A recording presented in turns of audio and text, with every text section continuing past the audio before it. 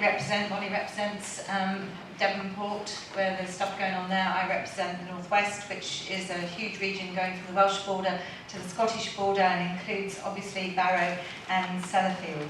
I discovered today that the guys, Phil and the guys from Burnley, I was in Burnley then, and I was working at Mid Pennine Arts on a job creation programme doing socially useful work because of the crisis. Isn't that interesting? We never even knew each other.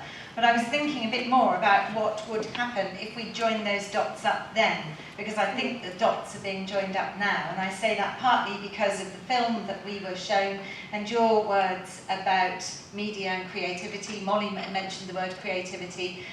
Before I came into politics, I worked in theatre. I'm a poet, I'm a writer, I'm a cultural activist first and foremost, and I think we have to join up those dots that make our society more holistic, more human, more compassionate. Those are the values that we really, really care about.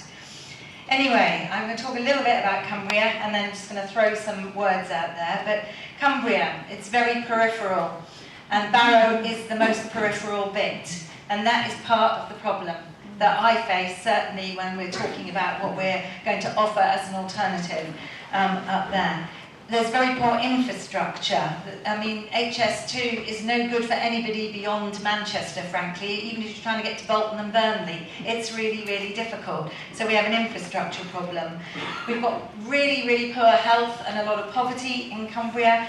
There's nothing for young people to do. I mean, truly, they can't get on a bus anywhere because the buses don't run anymore.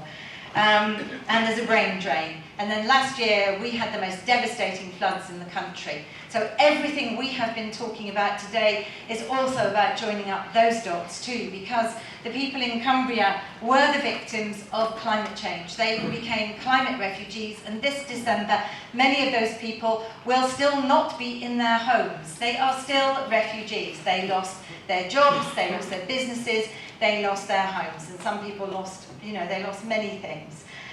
So for me, there are massive links to be made between all these different things. Now, when we had the terrorist attack in Brussels, okay, I had an office in Workington at the time on the west coast of Cumbria, and whenever there's a terrorist alert or an attack anywhere in Europe, okay, all the people in local government up and down that country get a phone call.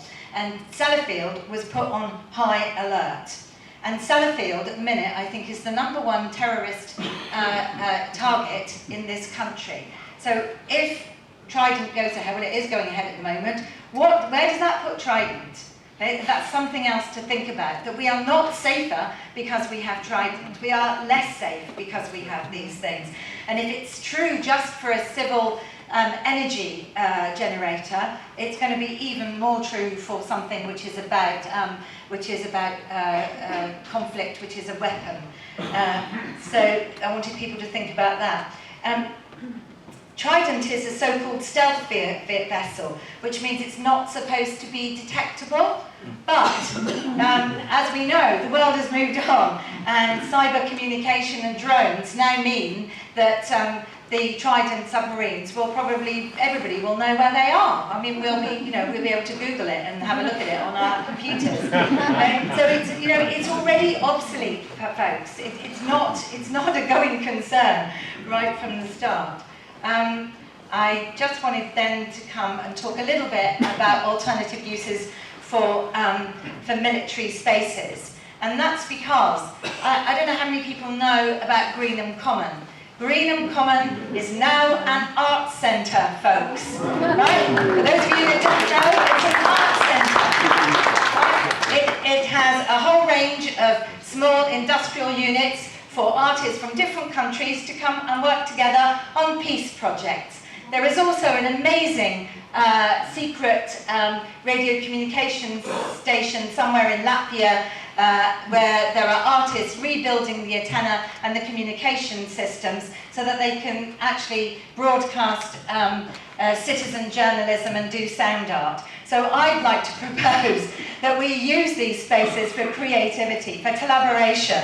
I think, and during the crisis, The only industry, I think, that continued to grow and didn't shrink was the cultural industries. And the cultural industries also bring tourism into our regions. And I wanted to say, you know, Cumbria, a lot of people, what they think about is the Lake District and the mountains and all the rest of it. But whilst we've got those dreadful things happening on the coast there, actually people don't go any further, they kind of stop. So those western peripheral communities never ever benefit. So one more thing, which is tidal lagoons. I've had a meeting with tidal lagoons.